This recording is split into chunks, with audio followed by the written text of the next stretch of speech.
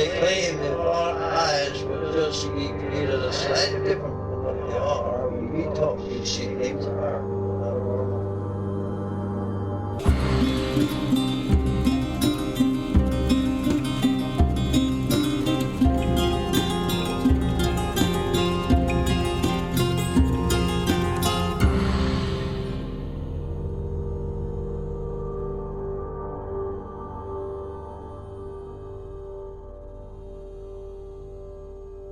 Welcome to Strange Familiars.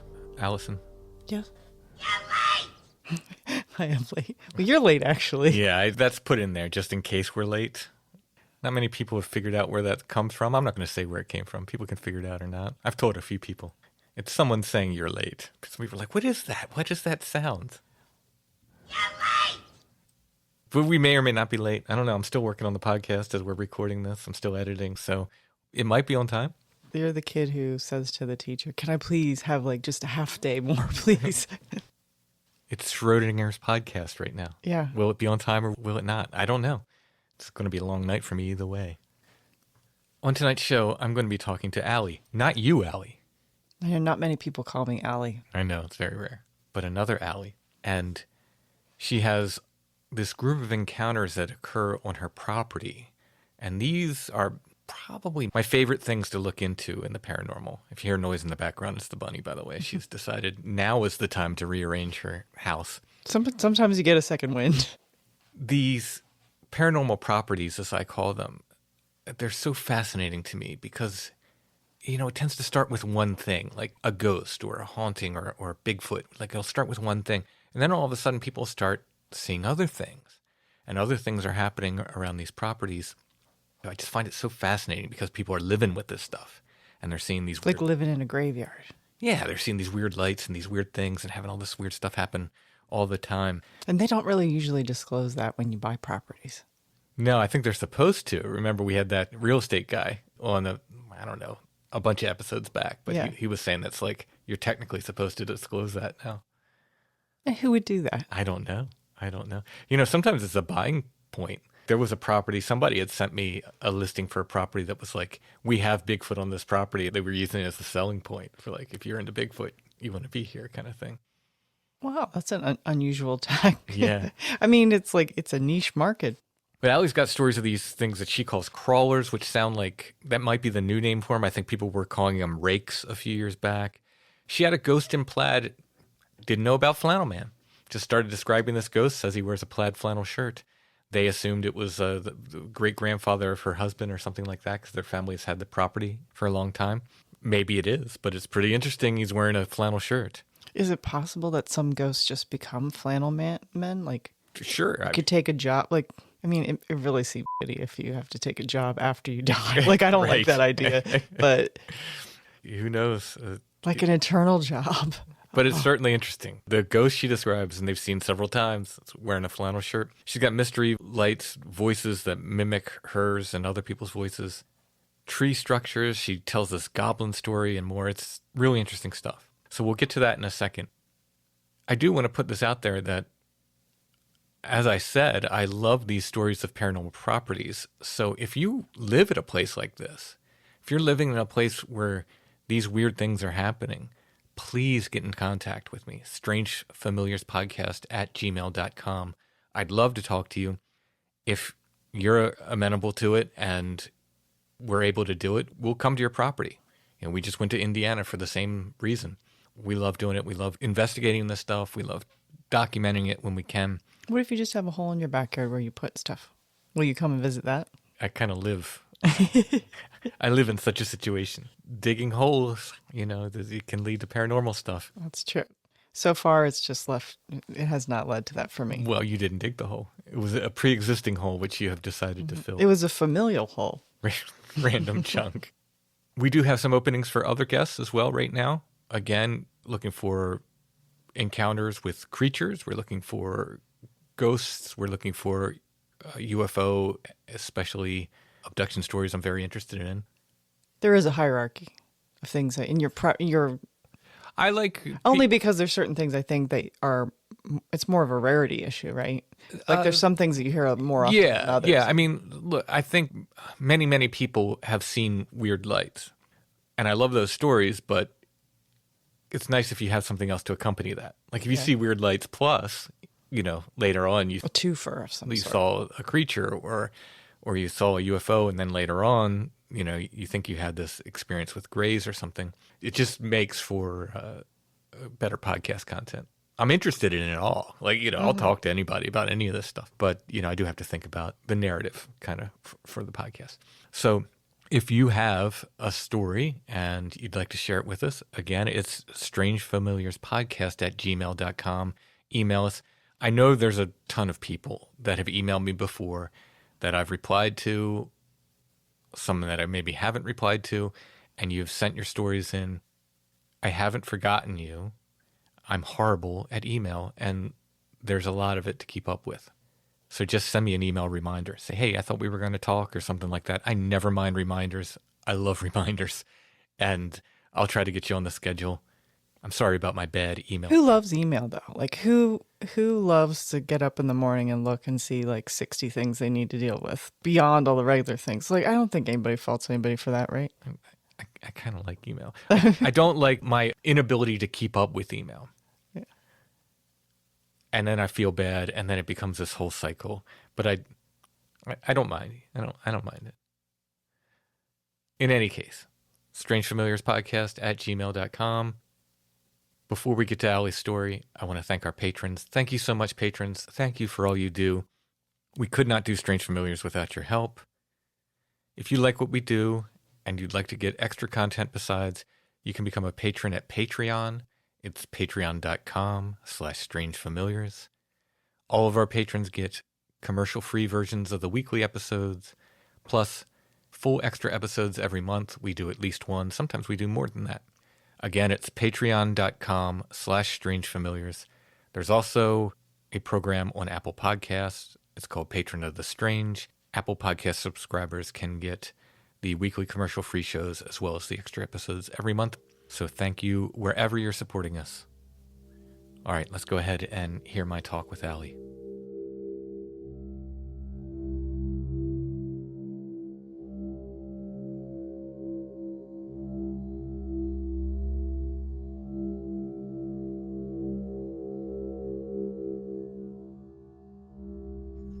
I'd like to welcome Allie to Strange Familiars. How you doing tonight?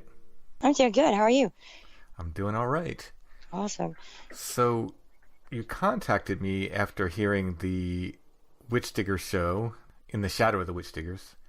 You said you had some similar things going on around your property. What's going on? Well, I've lived on this property for about 3 years now, and my husband's family owns it. So he's got, relatives that owned it for probably back 3 generations, I would say. So there's always been his family living on this land. And, they told me these things that were happening or had happened, to family members about just bizarre, almost supernatural things. And I was like, okay. So I get there and all these bizarre lights start showing up and like sounds in the woods and just really weird things that you see at night. Like, I think it's called the crawler. It's the one that's kind of humanoid and it's white and it's got I think that's what everyone calls it. But my husband and a friend of ours have seen that. And I've seen 2 of them from a distance when I was leaving out of what they call around here a holler. Mm-hmm. I was leaving out, it was about 11:30 at night. And at first I thought that they were albino deer. And when I got closer, I noticed that they weren't deer at all. It was 2 crawlers running back towards the tree line.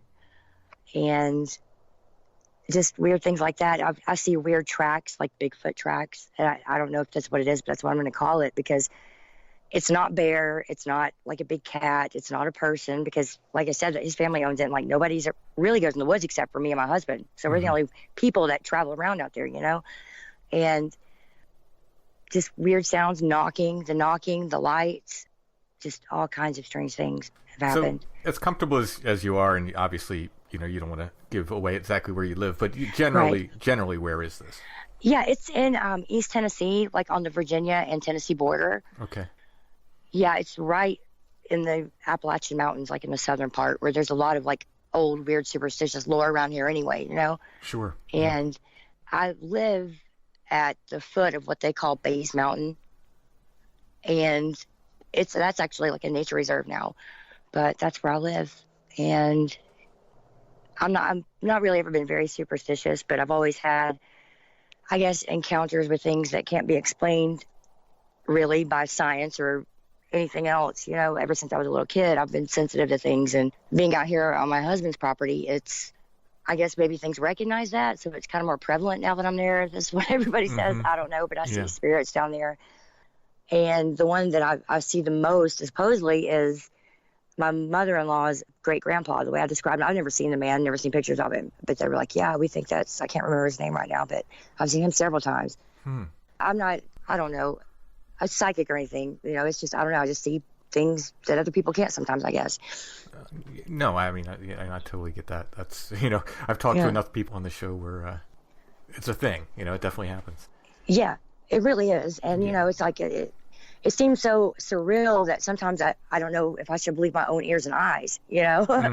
But, you know, I'm going to trust myself enough to know that is what I see or hear for sure. So you moved out to this property to live there. Is that right? Okay. Yep. And when did the strange stuff start for you?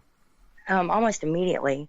I guess the third night I was there, I heard like the knocking in the woods and like these weird whistle sounds. It almost sounds like a person whistling, but not quite, you know? And that night too, I also heard it sound like an owl, like a barn owl, I guess. But it was like the call would almost morph into a coyote call. It wasn't just two calls. It was like one call blending into the other. It was the strangest thing.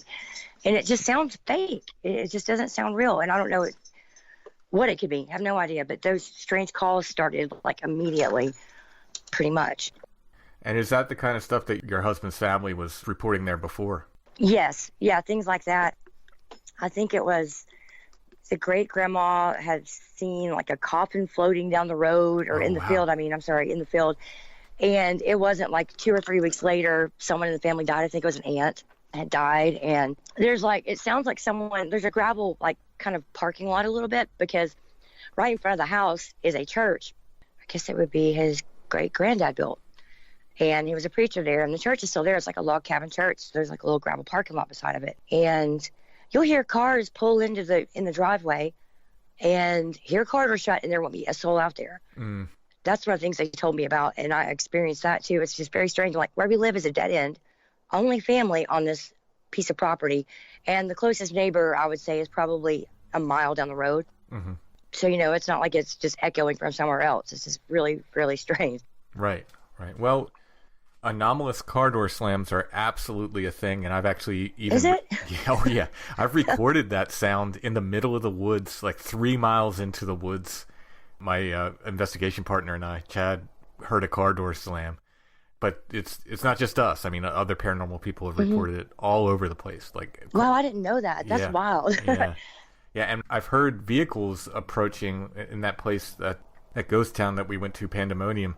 And other people have reported this too. People have been there. They said, you'll hear cars coming, and then there's just never a car. Like, you'll hear them like going down it's like an old forest road, kind of crush and run gravel thing. Yeah. And you'll hear them, and you'll never see them. And we experienced that as well. So that's all stuff, you know, that I've heard before. And you know, at least the car door slam and the approaching cars, I've heard myself. Yeah, that's so wild. I didn't know that anyone else experienced anything like that. That's pretty good to know. I feel a little bit better about it now. Yeah. For sure. Did things progress and get more intense, like, the longer you're there, or does it just kind of stay at the same level? It's kind of like ups and downs. And I don't know if it has to do with seasons or moon. I don't know, but yeah, it's like it ebbs and flows with the activity. So tell me about these lights. I've seen them twice, the way that I'm describing now. I was out there one night, I guess it was this past summer, and it was warm. I guess it was about 9:30 at night.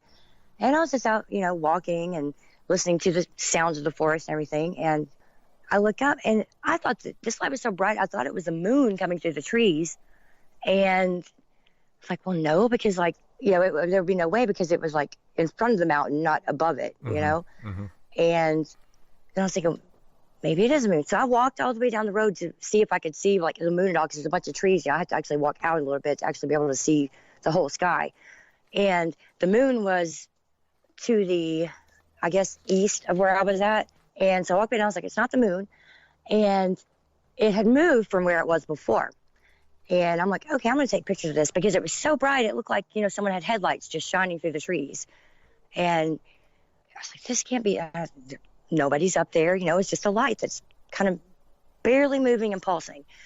So I decided to take some pictures of it. And when I was looking at the pictures, it wasn't just one light. It looked like a ball of light with several little lights like coming off of it in a halo. Interesting. Yeah, I've actually got pictures of that. I've got pictures of like the progression of how this light was. It looked like kind of like, and it wasn't really shooting out. It was just kind of morphing out of the bigger ball. I guess the smaller ones were. Mm-hmm. And it didn't make any sound. And the only reason why I knew it was moving, because it was moving so slowly, it was because it was like, it'd be here, then a little bit later, be further down the ridge. And I'm like, God, just really wild. Like I said, I have pictures of it and everything. And I've asked everybody if they have any idea what these lights could be, where they could come from, because I always want to see if there's like, a natural explanation for something before I just jump to say, oh, well, it's supernatural. Sure. You want to be, level-headed about the things. Mm-hmm. I do anyway, So I've not encountered anyone that has seen these lights. And the second time I saw them, I was down at Bernie's house, and it's probably about 1:30, 2 o'clock in the morning. I was down there with her because her husband was out of town and she was sick. So I had gone outside to smoke, and I'm just kind of looking around, and above her house, there's a ridge that goes like straight up. And it was the same thing, the balls, where I could see them actually coming out of the bigger ball of light this time. And they just gradually moved back into the trees where I couldn't see them anymore. And nobody knows what they are. I don't know. This is the first time I've actually talked about it to anyone outside of like family, Mm-hmm. Because, I mean, how do you explain something like that? And where the heck's it coming from? That's what I want to know. Oh, I'd love to know, because yeah, we've seen weird lights at a couple of the places we go to as well. Are there any color to them? No, not these. They're just kind of like white lights. Like they look like moonlight almost, as far as like color. Mm-hmm. Do they look like? I'm not saying they were man-made, but do they have the quality of like a man-made light, like a LED or anything like that? It really does. It really doesn't look like any sort of like flashlight or bulb that we could make. Mm-hmm. It's a very muted light like the moonlight, but at the same time, I'm not sure how to describe it. It's not bright, but it spreads pretty far. I don't know how to say that. Mm-hmm. Yeah, well, I mean, everything else around it's dark, so these things are easily seen. Were you? Yeah. You said you were able to get a photo of it. Yeah, I've got several photos of it. Yes, I do. And do the photos look like what you saw? No, what I saw looked like one light. It didn't look like a light with a bunch of smaller lights, coming out of it. Mm-hmm. It just looked like one light. And, I was just going through my pictures, and there they are. Like, I'm like, oh my gosh, I didn't even see this happening, Wow. See, we've not been able to get good photos of them at all. Whenever we try, they just look like little dots of light in the darkness. We cannot get good pictures of them. So that's neat. I thought I had sent you some pictures of them. Maybe not, but if you want, I will email you the pictures that I have of them, so maybe you can do a comparison. Yeah, please do. Okay, I will do that after we get through with our conversation for sure. Mm-hmm. I live near North Carolina, where there's they're called the Brown Mountain Lights. Have you heard of them? Oh, yeah. Yeah, I live maybe an hour and a half away from there. So, and those are color lights. I've actually seen those for myself. And they're not there every time you go. But when they are there, like it looks like a city on this mountain that is a national forest. So there's not a city there, and there couldn't be. Mm-hmm. And it's amazing to see in person, that's for sure. But I don't wonder if that phenomenon isn't kind of like what you see in other places that can't be explained, whatever that is. Let me ask you a question. Is there anywhere in the immediate vicinity where you live that it may be like a mine or a quarry or anything like that? No, not where I live, no. Is there a cemetery associated with that church? No, there isn't a cemetery there, but there's one, I don't know, about half a mile away from there. It's like an old family cemetery. Mm-hmm. There used to be, and this was I don't think she was part of the family, but they let her live there. It was a granny witch that lived there. And you can still see the foundation of her house. And supposedly she wasn't a very good person. And, I don't know if that's got anything to do with what we see out there. I don't know. Mm-hmm. It's pretty wild. Yeah. Yeah. Another thing I've seen out there, it's like the movie Predator, Mm-hmm. where it goes into camouflage. Mm-hmm. And you can kind of see the outline kind of. I've seen something like that out there even in the daytime when I've been walking to the pond. And it's always on this certain like side of this mountain that's back there. I've only seen it in that spot, but I've seen it several times. And you can hear it, but you really can't see it unless you are, you can, it's in the right amount of sunlight, I guess, coming down on it Mm-hmm. to kind of make it shimmer a little bit. I've seen that 2 or 3 times. I have no idea what that is. Yeah. Is it But big? it's kind of like an amorphous shape. It's not really any shape, Okay. Yeah. Yeah. Huh. Yeah. Those always concern me just because we don't know what they are, Yeah, but- I mean, it could be military, it could be supernatural. I don't know, but I'm not messing with it, Right. Sure. Sure. So these crawler things, tell me about them. Okay. The first time that was seen, it was, I don't know, maybe about a year ago. And that was my husband and one of our mutual friends. They were outside. I'm not sure what they were doing, but it was after dark. And they had our dog Lucy out there with them. And they're walking kind of up behind the house. There's a few trees and things. And they saw it behind a tree. They said that they thought it was a little kid at first because the face, they said, looked like human, but it was kind of low to the ground. I guess maybe it was on all fours because that's when I saw it. It was on all fours. But anyway, and the next thing they know, like this thing kind of goes back behind the tree and the dog Lucy comes out from behind the tree. Well, Lucy was with me on the other side of the property. So there's no way that could have been Lucy. Oh, that's really weird. Yeah. They both grown men came running in the house. I mean, they were that freaked out. Wow. Like, yeah. Because from where they were at to where I was in the front yard, and they were, I mean, we had there's no way. It was been impossible from where they were at.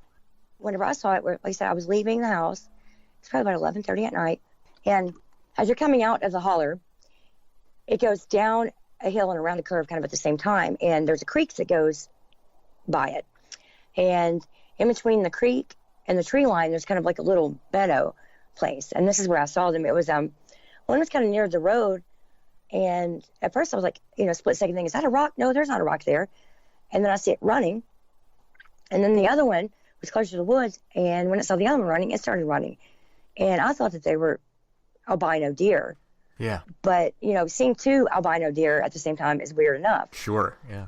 But whenever they turned around and looked, it was like they had these weird necks that, I don't know, it was just very strange. And they took off running into the woods. And one was smaller than the other one. One was probably as big as a small doe, and the other one was maybe about the size of a St. Bernard. Mm-hmm. Were they running on all fours? They were on fours, yeah, they were on all fours. Huh. Was their gait like an animal, or was it? It was a very awkward gait. Yeah, yeah. It wasn't like a gazelle or a deer. It was like, I don't know, it was just weird. It was very choppy, kind of. Yeah. Yeah, those things are weird. Yeah, they're creepy. Let me see. There's been other things that I've seen that are just really weird too. Now that I'm talking about it, I'm like, I should have made notes.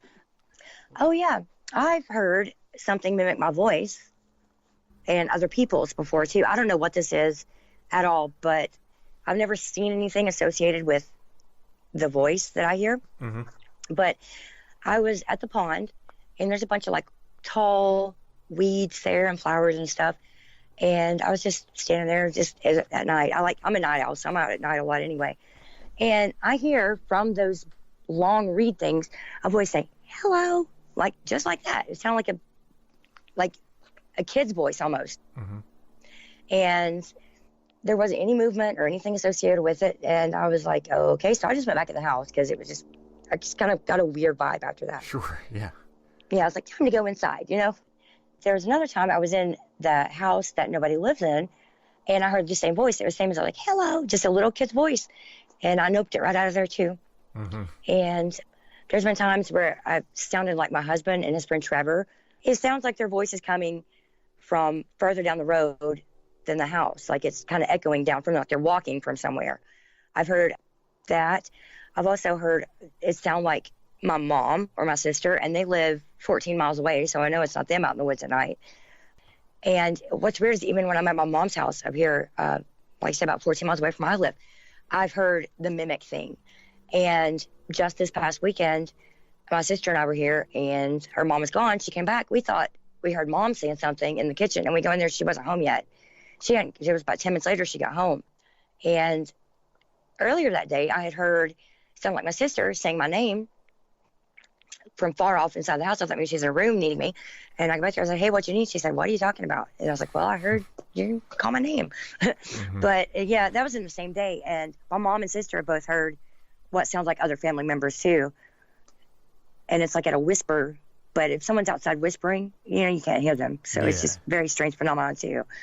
When you said you heard it sort of mimicking your voice, did you recognize it as such? It sounded like if someone took a recording of my voice and was trying to imitate that. Huh. If that makes sense. Yeah, yeah. So not quite there, but... Exactly. Just a little bit. If it wouldn't have been me, maybe someone else would have fallen for it, Mm-hmm. Oh, okay. Yeah, yeah. Interesting. Mm-hmm. That's very interesting. Yeah, it really is. And that's just like, oh, no. And I've always heard don't talk back to anything that talks to you in the woods, so I'm not going to say anything back to it. Yeah, it's probably a good idea. Yeah. The apparitions or spirits that you saw, where were they? There's been a couple of different places. I've seen it at Bernie's house, and I've also seen him down the road at our house. And when I saw him at Bernie's, he was just to the side of the driveway, facing towards the mountain ridge that goes behind their house, just looking up. And he was a taller man, maybe about 6'3", 6'4". He was wearing overalls and like a plaid flannel T-shirt.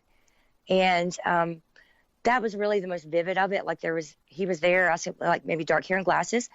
And that's what I saw. And as soon as it was like I really noticed him, he was vanished up there. That was at Bernie's. And then down at our place, I've seen him on the trail. It's the old logging trail going towards the pond. I've seen him on that. And I've seen him in front of the church. And he looks the same every time I see him wearing the overalls and the plaid flannel shirt. Huh. Have you heard any of our flannel man stories? No, I haven't. Okay. There are entities that, and my wife has actually seen one. We started talking about it on the show, and a lot of people contacted us. Now, I'm not saying this obviously just could be a ghost that happens to be wearing that, but there are also entities that pop up in these weird situations, often wearing plaid flannel shirts. That's weird. Yeah, a lot of people have reported it. We call that them, is really wild. yeah, we call him really flannel is. man. I wish we had a better name for him, but it's Yes. really, and it's not always the same guy. People describe him differently. Sometimes he'll be tall, sometimes he'll be short, but it's the flannel shirt is the consistent. So that's very, very interesting to me. When you see him, does he look solid and like a real person? For the most part, yeah. Mm-hmm. Yeah, it's like a negative superimposed on what I see, if that makes sense. It's like you can tell it isn't supposed to be there, like it's not natural looking, but at the same time, he looks like a person. Mm-hmm. Mm-hmm. Interesting. That's really and interesting. He isn't see-through at all, I guess is a better, more succinct way to put it. Yeah, yeah. Yeah. Oh, wow. That's really, really interesting. Yeah, you got quite a list of things going on there. Yeah. I mean, it really is. Like, I have never lived anywhere that has this much activity. Mm-hmm. Ever.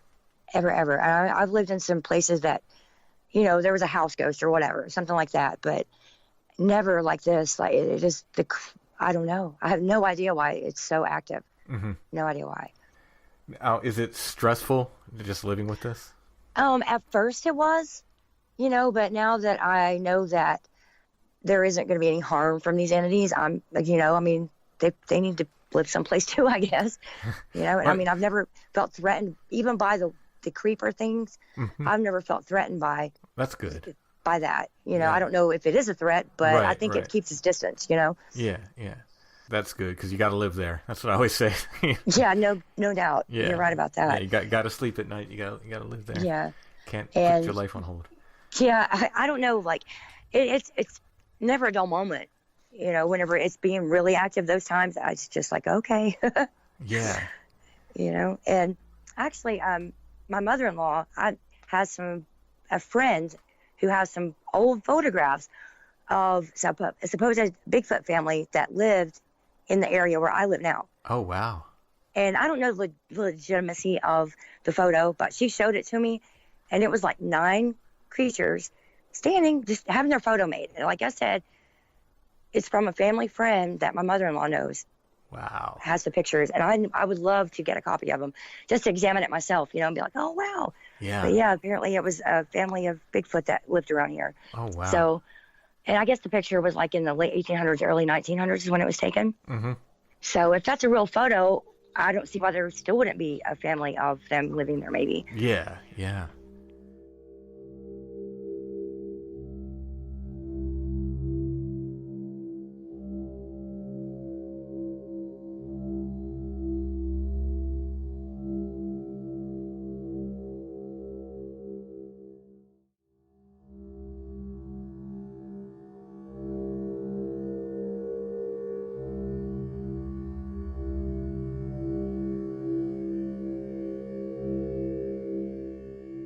Did you tell me you were finding tree structures around as well? Yes. Oh my gosh. Yes. All everywhere, all over the place. I've always been an outdoorsy person, but I've never had my own forest to explore, Mm-hmm. So I love it. But I was seeing these things that looked like someone had pieced them together because of just the intricacy of it. Mm-hmm. And, it's like, well, these trees, even, like rain flowing down, all this stuff, it's like, there's no way that they could be put in the order that they're in. Right. I see a lot of X's, and I see a lot of them bent over. Some of them almost all the way to the ground. It looks kind of like a half circle. Yep. Going back into the ground. And I've got lots of pictures of those too. Some of them look like a house almost. Mm-hmm. The way they're built. Mm-hmm. It's wild. And I can see where like little branches that are pretty, probably about as big around as, my wrist, bent and broken, but not all the way broke. They're just like bent down and snapped a little bit. And I've got one picture of that, and it looks like another limb going across to where it makes an A, Mm-hmm. which I thought that was odd. But I see them all over the place. Super fascinated by them. Mm-hmm. What's interesting to me is, and I don't know if you've ever like actually gone up and messed with them, but they're woven together in such a way that they couldn't have fallen that way, at least in my opinion. Like, No, you're right. Yeah. And they're somewhat well constructed in that, I mean, you could pull them apart, but you'd have to work at it. Yeah. They're put together well. Yeah. Yeah, you're absolutely right about that. Yeah, because it looks, like I said, there's no way that it was like erosion or lots of rainfall making them fall. Because some of them aren't at anywhere where it could have like even rolled down or gotten that way. Some of them are at the top of this mountain where, it would have been impossible for that to have happened naturally. Mm-hmm. Mm-hmm. Falling like that. Even if a bunch of limbs fell out of a tree, they're not going to weave themselves together. Right. Exactly. And, become like a little house for something. There's no way. Yeah. Yeah, it's so interesting to me. And I don't think they're using them for I don't know what they're using them for. I don't think they're using them for shelter. Not necessarily, no. I don't think they're using them for hunting blinds. I don't know what they're using them for, but they're... And I mean, when I say they, people assume Bigfoot may. I don't know I don't know that anyone's ever seen a Bigfoot actually making one of these. But they do appear in places where Bigfoot are. So, oh, do they? See, I was kind of thinking there was a correlation, but I wasn't sure. So, yeah. But they're so interesting to me. I'm like, what are they for, and why? I mean, I guess they could use them to kind of break up their silhouette, like if they were hunting, if you want to think about it that way. But they're not hiding behind them. They're not solid enough to hide behind them. But yeah, no, I find them so fascinating. I'm super interested in them. I'd like to kind of track where they are and see if, sometimes you can one will lead to another and lead to another and lead to another like that. Yeah, it's like on path almost, like follow this path or something. Mm-hmm. And the ones that are just like, the half circle, it'll just be like one sapling sometimes. And it looks like it's almost going to grow back into the ground the way it's bent. And, from what I remember in, science class, like plants, especially in the forest, want to be where the sun is. Right. They want to like climb and reach and grow so they can get the sunlight. Mm-hmm. They're not going to grow back into the ground. It's not going to happen. I'm sorry. If science is the way I've been taught, Right. But yeah, there are lots of those there. A lot of the little and it won't just be one sometimes. It'll be like almost like croquet hoops, one behind the other and going that way. And I don't know. My personal opinion of Bigfoot, and this is just a recent assumption of mine, I think that they may be transdimensional. Mm-hmm. And I don't know if maybe what they make is something to maybe show the portal or, something like that. I'm not sure. Yeah, I don't know. yeah. But, it's fun to speculate, though. Oh, yeah, absolutely. Yeah, I don't think to say they're not natural animals, I don't know. But they're not like other animals. Let's put it that way. They're not like other animals on the planet. No, they aren't. At least that's my opinion. There's something weird about them. Yeah, they interdimensional could be. Yeah, there's something. They definitely appear and disappear, or seem to. Lots of people have said that. So where are they going if they are? Yeah, and why hasn't anyone ever been able to get like any sort of tangible evidence? Right. Other than like a footprint, There's got to be a quick getaway for them, That's what I think. Yeah. And maybe a portal would be that. You get great footprints, but I always point out that they used to hunt ghosts in the 1950s. They'd put baby powder on the floor and get footprints. So right. Yeah. So just because you're getting footprints doesn't mean we're dealing with something that's wholly natural or like other animals. Exactly. But yeah, all the that. evidence is controversial. It comes back, one person will say, yeah, it shows something anomalous, and then they get it tested again. They're like, no, it's a bear, or no, it's a human. It's weird. There's something very, very strange about these things. It is. And stuff like that, though, you're talking about like them testing the DNA or hair samples or whatever. Like, I don't wonder maybe if it's because it is a Bigfoot that, they get it tested together. Oh, no, it's not a Bigfoot, just to kind of like squash the conspiracy theory, like, oh no, see, they said that was a dog, Mm-hmm. Yeah. I don't know, because still it's conspiratorial to a lot of people, but I've become a believer for sure since I've lived on this property. Before it was kind of like, yeah, I don't know, maybe, but no, I really think so now, because I hear whistles, and hoots and the tree banging. I hear a lot of that. It's like the little footprints, and you can hear things but don't see it going through the woods. It's just I'm convinced now that it's something. I don't know what, but it's something, and I think it is what we call a Bigfoot. Yeah, it certainly sounds like it. What were the circumstances of finding the footprint? I go out there and I hike a lot, and I forage for mushrooms and other like herbs, and things you can get from the mountains. And I was just out there, scouting around for mushrooms and things that day whenever I found like the best one I've ever found. And it had been raining, and it was going uphill, and it was almost perfect. And I wear a size 7.5 women's shoe. It was probably 1.5 size my feet. And I have a picture of that too. Oh yeah, please send that. Yeah. Okay, I will. Interesting. Yeah. Yeah, when I find weird stuff, I take pictures. And another thing, speaking of pictures, like when I have taken pictures of the woods, because sometimes I'll just get like an eerie feeling or a weird feeling, or just something's off. Pick up on the vibration that everything isn't how it was a minute ago. And I'll take pictures sometimes just to see if I can see anything in the pictures now that I know that there may be Bigfoot living there. Well, there are certain times where I take a picture and the picture's blurry, even though I haven't moved, the wind isn't blowing, things like that. But the picture before it, is clear, or the picture after it is clear. Sometimes I'll go into there with, a 70% battery, and I'm out there for an hour and it's totally dead. Oh yeah, that happens a lot. Yeah, I carry so many extra batteries for my recorders with me when I'm out in the field, because I'll put new batteries in, and depending on the situation, I'll look down, suddenly it's been 30 minutes or an hour, and just zap, 2 AA's just gone, and put brand new ones in. It'll happen again. So. It's so weird, isn't it? I don't know, maybe because I don't know why I would do that. I guess things need energy. Yeah, it happens. So again, I can't tell you why, but I can say it definitely happens around this stuff. Certainly. Yeah, and obviously there's an association, but I want to know the answers to all these questions, and I'll probably never have the answers, but I'm not going to give up on seeking the answers. Well, there you go. That's the thing. I think. At some point, I kind of had to sit myself down and tell myself, like, you're probably not going to get the answers in your lifetime. And I got a little bit depressed about that. And then I thought about it. I was like, yeah, but it's still a very interesting thing, right? And, maybe we can document some stuff that somewhere down the line somebody can do something with. I don't know. Whatever it is, I think this is all part of our experience here on the planet. And I find it incredibly interesting. And so I'll look for answers. If I don't get them, I don't get them. It's, I think maybe the quest for the answers might be part of the point. I'm not sure. I think you're right about that. I do. Because that's what, for me, life is about, is learning and discovering and just always being wondrous about the world around us, because I think a lot of times we get jaded to our environment. And it's just, you shouldn't be, because there's so many interesting things out there, even if they're not supernatural. It's just to just enjoy and discover, you know? Yeah, yeah.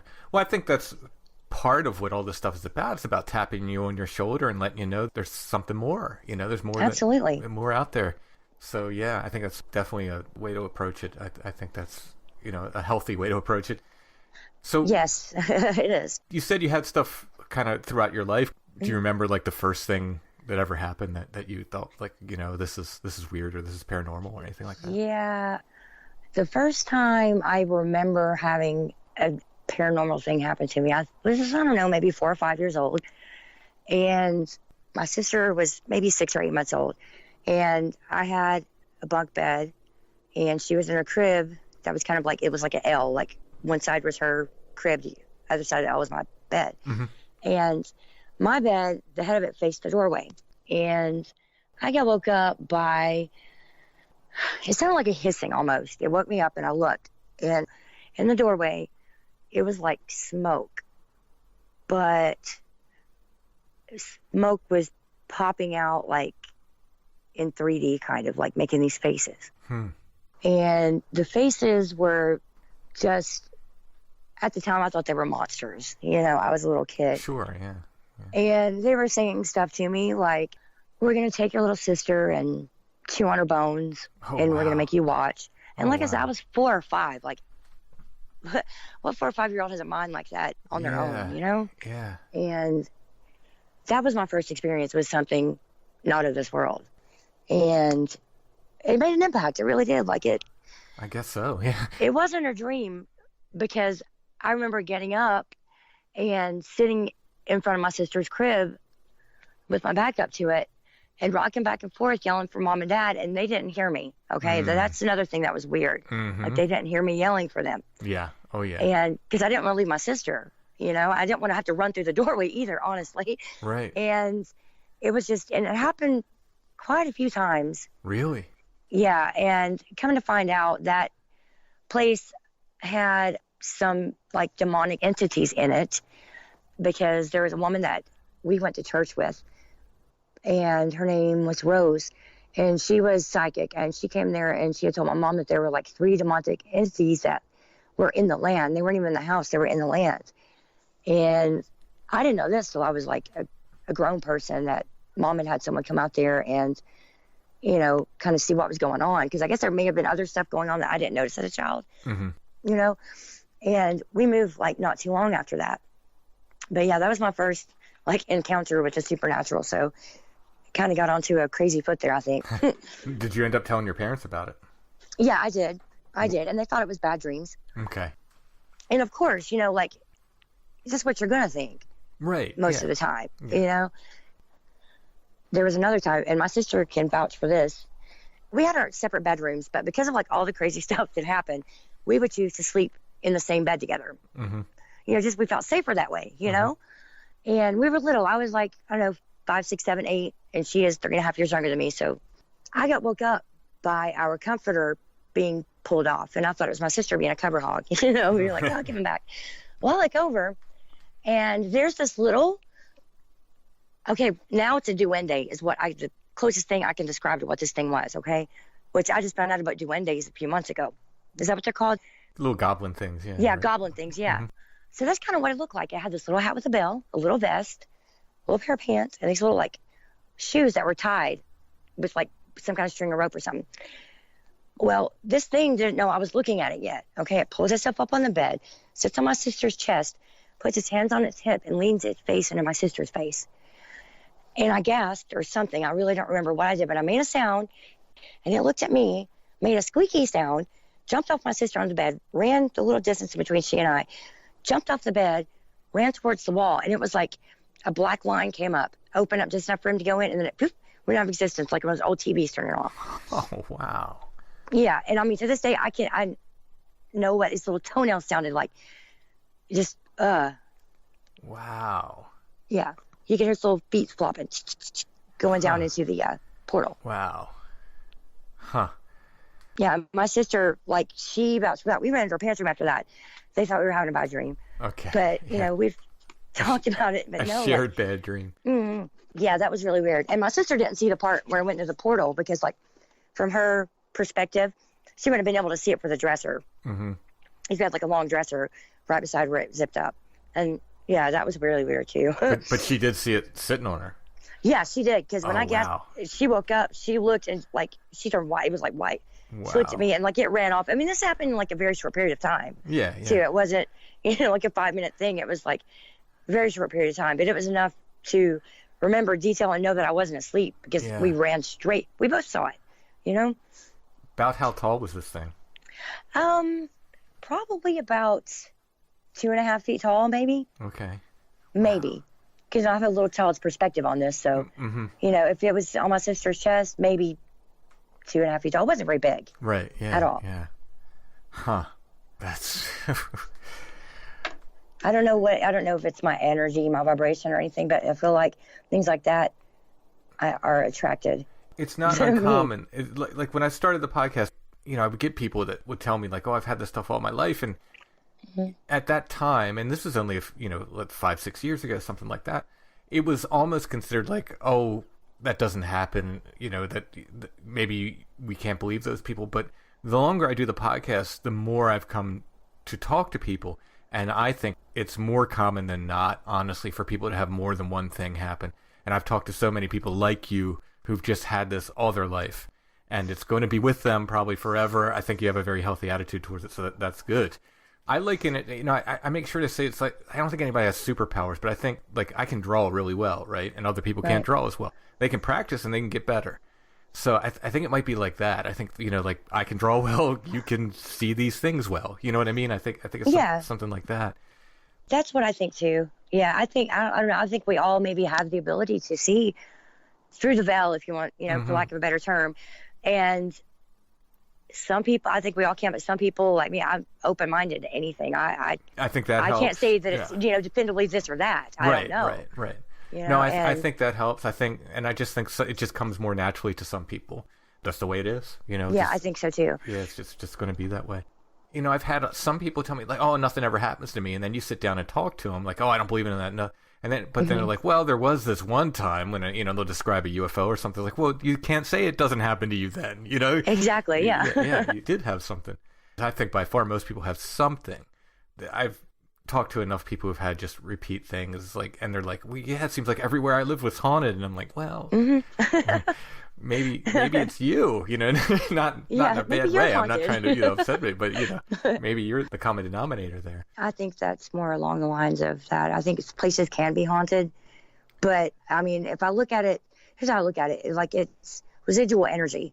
A lot of times, I think, because like when we have high emotions, I think like our energy makes an imprint on something. Yeah, absolutely. And for however long, there may be an imprint there of something that happened in a house or, some piece of land or something, The other thing I'm thinking as you're talking about this stuff is just out of curiosity, what's your like genetic heritage, like Irish, English, what, do you know? Well, I think it's like English and Scottish, yes. And then on my mom's side, there's a lot of like Middle Eastern, like from Yemen and Egypt. Oh, that's interesting. That's really interesting. Yeah, so it's a weird combination of genetics. Yeah, no, that's super interesting. Okay, wow.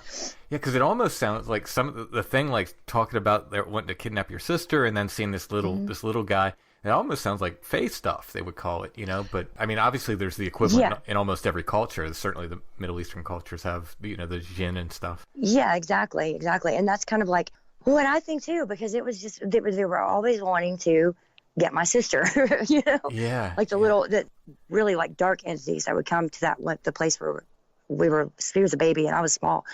And then, this is a different house where the little like duende thing happened. It was the house we moved to actually after living in the one where evil entities lived. So it just, I don't know if something followed us or if it was, like you said, just, I think maybe that's it, it's followed us. Yeah, maybe. Wow. So as you're growing up, you have more encounters? Well, for several years, I don't know if it was because I was going through some stuff where I didn't see past into my nose. I was just very wrapped up in myself. So I didn't really pay much attention to things. But except for that, those like couple of years, Yeah, pretty much everywhere. Like I see things Again, a lot. that's so interesting you said that, because I talk about like having some kind of weird things in my childhood, and then there's this whole gap where I was just being a teenager, right? I was just like I was into girls and punk rock and this and that. Now, did that mean nothing happened, or I wasn't paying attention to it? I don't know. I don't know, but for whatever reason, there's this gap where I have like, nothing happened in those years. That's really interesting. Yeah, that is interesting. That's very interesting because it's like, and it was like late teenage years whenever it just kind of like kind of went away, and then I guess mid-20s it started coming back. And I think it may be just not paying attention, because otherwise, what else could it be, Yeah, no, it's very interesting. And I've talked to other people who have a similar gap there. It's like, I just wasn't. Oh, yeah? I wasn't interested in things at that time. Maybe that's the way it's supposed to be. We're supposed to be out, figuring things out as teenagers and stuff. Yeah, you don't need any of those supernatural distractions from it, for sure. Yeah. Yeah, that is what. See, I don't really get to talk to a lot of people that experience things that I've experienced or see the things that I've seen, because most of the people that I associate with think I'm crazy anyway. So, can't have like a real conversation with someone about these things. And it's very refreshing to be able to. I really appreciate it. Oh, it's sure. awesome. Yeah, no, I love it. There's a fellow podcaster who does a similar podcast. I was talking to him a couple months ago. He said to me, "Do you hate it yet?" And I was like, "What?" And he's like, "Do you hate it yet?" And I was like, "No." He's like, "Oh, you're gonna hate it." I was like, "No, I don't think so, man." I said, "There's something about this that I love talking to people. I love hearing their stories." So far, it's still incredibly interesting to me. Yeah, there's so many facets of it too. Like I don't know how you could get bored with these things, honestly. Yeah. Because I'm the same way you are. I want to discover as much as I can. Try to figure it out if I can't. Firmly believe it's part of the human experience. I absolutely do. Yeah, I never thought of it that way, but I think, I like that idea. I do. So I have two questions for you. Number one, if I send a weatherproof recorder to you, would you be willing to put it in the woods? You don't have nothing special. You don't have to. You just flip a switch and put it in there. It's weatherproof. Nothing's going to hurt it. Would you be willing to drop it in the woods and see what we can get? Heck yes, that would be awesome. Okay, cool. I would do that. And next question is a bit more, and if this is too much, we do like to travel and we'd like to visit these places. Would you be open to us stopping by your property at some point? I would, but let me talk it over with my husband. Absolutely. I'm sure he won't mind. Absolutely. Just to, sure. Let him know what's going on and everything. And I'm sure he won't mind, but I'm totally for it. So, okay, for sure. It's the properties that I have the greatest interest in. So, like the Witch Diggers property and like these other things. Yeah. I just feel like they have most potential for things happening. And it's so interesting to me when people like yourself have these sort of repeat encounters happening. I'm completely fascinated by it. So I'm making it my goal to travel and get to these places if I can. But that's obviously, awesome. You don't have to put us up or anything like that. It's just like just allowing us to be on your property. That's it. Okay. And, all right. Yeah. Yes, I'm sure it'll be fine, but of course, got to double check with the absolutely. hubby. Yeah, I completely understand. Wow. So I think you have the right frame of mind for it. You're not letting it scare you. You're okay with everything. I think, if things get weird, there are things you can do. Do you have lights on your property? Yes. Yeah, that's the main thing. I think you can light things up at night, and that helps. If people are having them come too close to the house, getting a little weird with it. I usually just say, light up your property as much as you can, and even if you put out cameras and stuff, that'll usually put a stop to it. I don't know why, but these things do not like to be filmed. No, they really don't, do they? You gotta be fast. Yeah. And most of the time you're not, or I'm not anyway. So but it doesn't sound like you're really having problems. It sounds like you're just like these things are happening. Yeah, exactly. It really, I've never had any negative experience yet. I would say the closest thing I've had to a negative experience is in between where we live and Bernie's house is maybe an eighth of a mile, quarter of a mile. And I was walking down to her house, and it was the weirdest. I've never experienced anything like this in my life, but it was like someone had stuck a freaking power line to my belly, and I was just vibrating and violently nauseous, right? I was dry heaving and everything, and about sent me to my knees. I couldn't think. It wasn't painful. It was just intense, right? And I'm like, okay, if I can just make it to Bernie's driveway, I will be okay. So I barely made it in her driveway, and I just collapsed to my knees and just was dry heaving. I wasn't throwing up. I was just dry heaving for several minutes, probably like 2 or 3 minutes. And then it just kind of like dissipated away to where I felt normal again. And like, I don't know what that was. No idea. Yeah. I never had that happen before. Never had it happen. But this has just been a couple of months ago. And I don't know. I have no idea why it caused it. I don't know if I went through a force field. I have no idea. But it was just very, very weird sensation. Like I said, not painful, just very intense and weird. Yeah. For lack of a better word, you know? Yeah. But that was probably the most negative thing that's happened, and that wasn't really even that negative, you know? Yeah. Have you ever seen, either on that property or elsewhere in your life, have you ever seen a UFO? A bunch. Oh, yeah? I've seen a lot. I saw one night. I thought it was, what's Elon Musk's satellite thing he has, Starlink? Yeah. Is that what yeah. I thought it was a Starlink thing going across the sky, but it was going slow, and then it was like all of a sudden, all of the lights went into one light and shot off like super fast. That's probably the most recent one I've seen. That was, I don't know, a few months ago. Out here at my mom's house one night, listening to music, just looking at the stars, because she kind of lives out. She doesn't, where you can still see the sky a little bit. And it was like this light, it was like a turn signal color light, you know, the orangey yellow light. It's about what color the light was on the end of this thing. And it was blinking to the beat of the music I was listening to. Oh, wow. Yeah, I was like, what? Wow. And I was like, okay, I'm going to try this.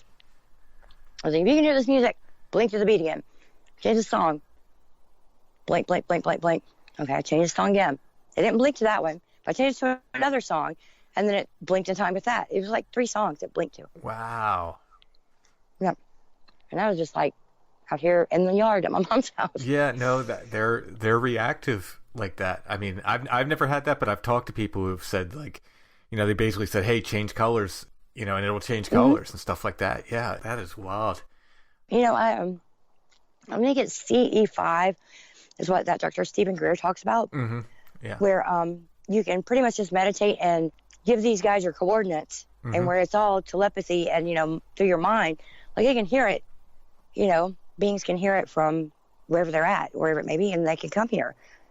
I mean, that kind of makes sense to me, you know, because there's no limits on your mind at all, I don't think. Yeah. So if you really can focus and get someone's attention, I don't see why you can't, like, you know, interact with them. You know, it makes no sense if you think that they're just little scientists from another planet, but if you say, well, no, wait, these are something else, you know, much like the things that are around your house, you know, we don't know what they are, but they're there, and, you know, like I said, part of the human experience, then yeah, absolutely. Why wouldn't it be interactive? You know, why wouldn't it want to communicate in whatever way it could, you know? Yeah, I think that's maybe what they're here for. Like, you know, not really sightseeing, but just like being curious about things and having the ability to go to, you know, other worlds and things. That would be awesome. Could be. Yeah.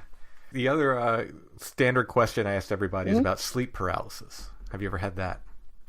I had it once. I think I was maybe 14 or 15. And I woke up, flat on my back, and my bed, I had a day bed, so it was kind of in the corner. So there was a wall where my head was, a wall down the back of the bed, and then there was a wall at the foot of my bed. It was kind of like a little alcove thing. So there wasn't much room in between the bed and the wall, I guess is what I'm trying to say. And I wake up, can't move, and from what would have been the head of my bed, it was like this big, long claws coming up over the top of my head. Like if it came like from the crown of my head over the top, across my forehead, in front of my eyes. That's kind of how it went. And I never saw the hand. I just kept on seeing fingernails. And it was so weird. They were yellowed and cracked, really, really, really long, and just dirty and just nasty looking fingernails. And somehow I was able to get up and, mind you, I'm a teenager, hightail it into my parents' bedroom. I got so scared. But as I was getting up, it was almost like something kind of pulled at the bottom of my T-shirt I was wearing. But that's the only time I've ever had sleep paralysis. Wow. But I have seen the Shadow Man. Oh, yeah? The Hat Man. Yeah, the Hat Man. 13 years old, woke up from a nap on the couch. He's sitting at the end of the couch looking at me. And he just disappeared. It wasn't like anything big. It was just standing there. It was like the flat-brimmed, like wide-brimmed hat, you know, and he was like wearing an overcoat probably because it was kind of the silhouette of what he had. I've had people describe these shadow entities a couple of different ways. And one way they said it just kind of looked like a shadow. And the other way they said it had this sort of blacker than black look to it. Yeah, that one was blacker than black. It wasn't a shadow. Interesting. Yeah. It was solid. Or looking solid anyway. Yeah. Wow. Well, the fun question then before you go. Okay. It's based on a real account from UFO history. On the morning of April 18th, 1961, Joe Simonton saw a silver disc on his farm. He went out, investigated, and stepped aboard the craft. He encountered 3 dark-skinned humanoids who handed him an empty jug. He filled it with water and brought it back for them. In return, they gave him some pancakes. The question is, would you eat the pancakes? Yes. Really? Yeah. Is that just being kind, being nice, Well, probably curiosity and trying to be polite. All right. I think it kind of fits with the rest of your story. Just sort of being polite to these things and recognizing that they're part of the landscape there. Absolutely. So, all right.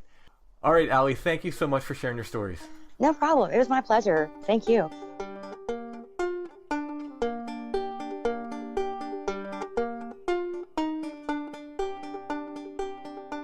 All right, Allison, you're slacking again. We had all that time with no Curiosity of the Week. You came back, you offered us a Curiosity of the Week last week, and here we got nothing again. I don't know. I just feel like I'm going to fire you. I'm sure there'll be plenty of people to take over for me if you'd like. I don't think I could get anybody else to work at your salary. Yeah. That is a recurring theme in my life. Not just here, but like just generally. Well, here's the thing. We are sort of sourcing items. We're sourcing stuff for the Whatnot shows we were talking about. We're sourcing things for Curiosities of the Week. We're getting our stuff together. Indiana put a big hole in our schedule. We'll get back on track with everything. And we always have the Etsy shop, which I'll talk about in a second. Before I do that, Chad's first walk with a woodsman is coming up this Saturday, April 13th. That's this Saturday, right? Yeah. I saw him advertise it today. And I believe, this will be on wild teas. So that's fun. You get to make teas from various wild items in the woods. Does he bring like fine china with him? I don't know. The problem with Chad's walk with a woodsman thing, and he invites me to everyone, and I feel like kind of a bad friend for not going, but... Did they start early, Tim? They start at 9 a.m., which is early for Tim. Yeah. It's early for Tim to be over at Sunwald's. Let's put it that way. As my boss has said to me, no single-digit AM numbers. Yes, I've borrowed that from him, and I use it quite often. I think it's a brilliant phrase, and I've adopted it for my own. I'm up late working on creative stuff. It's not that I'm just like, I'm to bed at 9 o'clock and I'm sleeping till noon. I'm up till 3, 4 in the morning, So getting up early is rough for me. My natural schedule is to be a night guy. I believe that's called a night owl. Mm-hmm. What are the day people? You're a day squirrel. Is it a squirrel? That's what it is now. You're a day squirrel. I'm a day squirrel? Mm-hmm. I feel like it's sort of like a lady hawk kind of thing.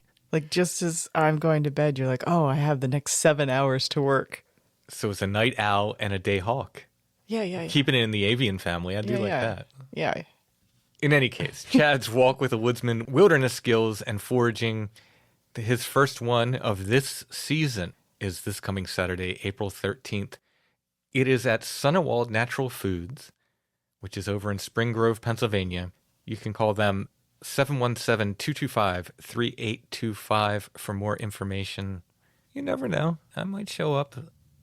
I guess the next question is... The doubtful smile on Allison's face when I said that. If I'm walking and having tea, there's going to have to be peeing with a woodsman too, I think. How far out on the trail we are when we have the tea is going to necessitate... Yeah, I don't know if Sunwald's provides or if you got to do it the woodsman way, as they say, but, It provides vital nitrogen content, I guess, to the earth. Yeah, it doesn't hurt anything. Just make sure, you got to warn the earth spirits before you do it and then apologize afterwards. That is the folklore. For urinating outside? In the woods, yeah. That's the folklore that goes with it. Do you think every deer does that? Every squirrel? I don't know. I think the other allows for them to, you know. But they specifically don't like our urine. Look, this is just the folklore. I'm telling you the folklore. If you're asking me, do I do this? Yeah, I absolutely do this. Yeah, I know.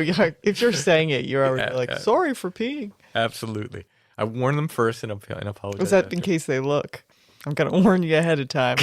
What you're about to see is a horror show. Is a horror show. Yes, and that is why the other is more afraid of me than I am of it. We have an Etsy shop. Our shop name is Lost Grave. If you type in Strange Familiars, you should see our stuff come up.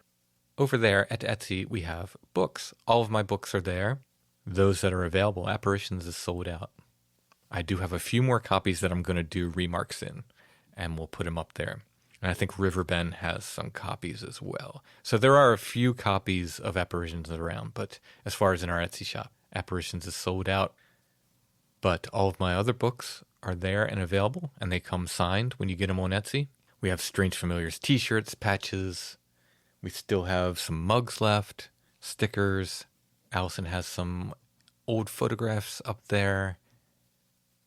Artwork, originals and prints, and more. Again, the shop name is Lost Grave. There are links in the show notes to our Etsy shop in every episode as well. So you can find it that way. If you're looking for Strange Familiars merch, the best place to go, the only place to go, is strangefamiliars.com/merch. And you'll see pictures of our different merch items there. You click on them, it'll take you right to the Etsy shop, so you can purchase them there. No other place should have Strange Familiars merch. If you're not getting it from that link, it's not us, and the money's not going to go to us, and it's not going to help us a bit. That's it for this week. We'll be back soon with more Strange Familiars.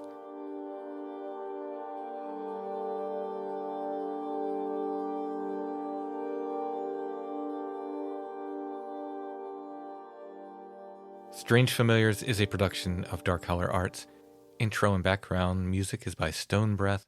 If you want to hear more or purchase music, you can go to stonebreath.bandcamp.com.